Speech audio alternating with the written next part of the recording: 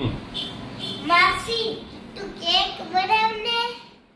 જ્યારે બાળકો કેકની ડિમાન્ડ કરે ને ફ્રેન્ડ્સ, ત્યારે તમે ઘરમાં પડેલી જ વસ્તુમાંથી આ કેક તૈયાર કરી શકો છો। તો તેના માટે આપણે લીધું છે બટર, દહીં, પીસેલી ખાંડની જગ્યાએ ગોળ પણ લઈ શકાય છે। સાથે જ ઉમેરી દેવાનો છે ઝીણો રવો।